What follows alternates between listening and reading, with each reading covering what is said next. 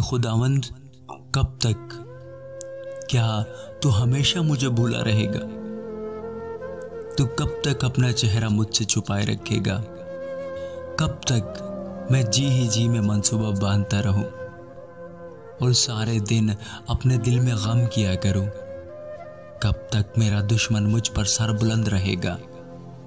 ऐ खुदावंद मेरे खुदा, मेरी तरफ तवज्जो कर, मुझे जवाब दे, मेरी आंखें रोशन कर। ऐसा ना हो कि मुझे मौत की नींद आ जाए। ऐसा ना हो कि मेरा दुश्मन कहे कि मैं इस पर गालिब आ गया।